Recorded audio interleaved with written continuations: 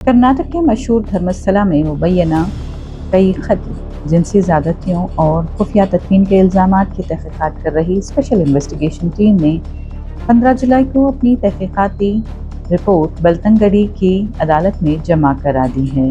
ये रिपोर्ट 3082 सफ़हात पर मुश्तमिल है, जिसे 12 जिल्दों में स्पेशल इन्वेस्टिगेशन टीम के superintendent of police CA Simon और उनकी टीम ने अदालत में पेश किया है।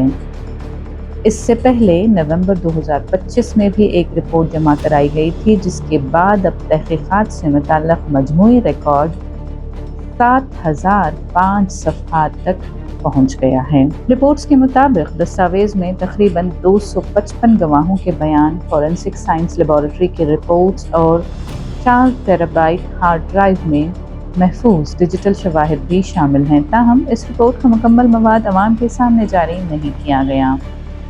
ये तहक़ीक़ात उस वक्त शुरू हुई थी जब शिकायत कनिंदा CN चिन्नैया ने दावा किया था कि उन्होंने धर्मस्थला में सफाई मुलाजिम की हैसियत से काम करने के दौरान सैकड़ों लाशें दफन की थीं, जिनमें मुबैना तौर पर जिनसी ज़्यादती के मुतासरीन भी शामिल थे। इन दावों की बुनियाद पर स्पेशल इन्वेस्टिगेशन टीम ने नेत्रावती दरिया के किनारे कई मकामात पर खुदाई की, जहां से कुछ इंसानी ढांचे भी बरामद किए गए थे। स्पेशल इन्वेस्टिगेशन टीम ने भारतीय न्याय संहिता के तहत CN चिन्नैया के खिलाफ मुकदमा दर्ज किया, जिसमें इल्ज़ाम लगाया गया कि उन्होंने झूठे बयान दिए थे। इस मुकदमे में उन मुतअद्दिद समाजी कारकुनों को भी नामजद किया गया जिन्होंने CN चिन्नैया की हिमायत की थी।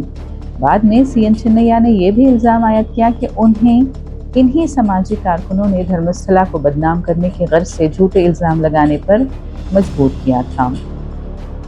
इस वक्त अदालत में जमा कराई गई उस रिपोर्ट को खुफिया रखा गया है, जबकि इस हसास मुकदमे पर सबकी नज़रें आइंदा अदालती कार्रवाई पर मरकूज़ हैं।